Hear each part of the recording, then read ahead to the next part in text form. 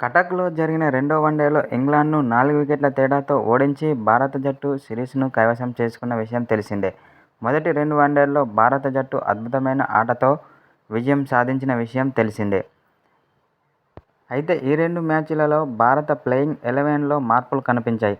మొదటి మ్యాచ్లో భారత ఫీల్డింగ్ చేసిన ప్లేయింగ్ 11లో రెండవ మ్యాచ్లో 2 మార్పులు జరిగాయి.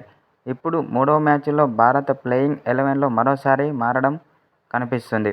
మూడో వన్డే కోసం భారత జట్టులో జరిగే మార్పులు చూసుకున్నట్లయితే భారత జట్టు టాపార్డర్లో మార్పు ఉండే అవకాశం చాలా తక్కువ కనిపిస్తుంది. ఎందుకంటే రోహిత్ శర్మ, శుభ్మన్ గిల్ ఓపెనింగ్ చాలా బాగుంది. ఈ జోడీ కొనసాగే అవకాశం కనిపిస్తుంది. కటక్లో విరాట్ కోహ్లీ విఫలమయ్యాడు కాబట్టి అతను తన లయను తిరిగి పొందేందుకు గత మ్యాచ్ల్లో కూడా అతనికి అవకాశం ఇవ్వవచ్చు. దీంతో పాటు శ్రేయస్ అయ్యర్ 4వ స్థానంలో కూడా ఖాయంగా కనిపిస్తుంది. శ్రేయస్ అయ్యర్ ఇప్పటి వరకు తనకు లభించిన అన్ని అవకాశాలను పూర్తిగా ఉపయోగించుకున్నాడు.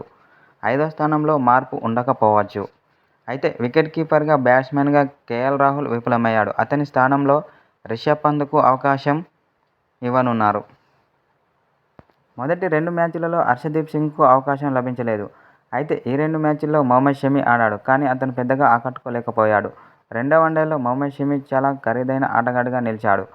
ఛాంపియన్స్ ట్రోఫీని దృష్టిలో ఉంచుకొని మహమ్మద్ షమి పనిభారాన్ని నిర్వహించడం కూడా జట్టు యాజమాన్యం మనసులో ఉంటుంది. ఇటువంటి పరిస్థితుల్లో మహమ్మద్ షమికి విశ్రాంతి ఇచ్చి చివరి వన్డేకు హర్షదీప్ను తీసుకోనున్నారు.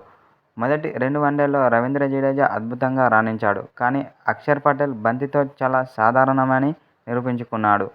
చివరి వన్డేలో అక్షర్ స్థానంలో కుల్దీప్ యాదవ్ తిరిగి రావచ్చు.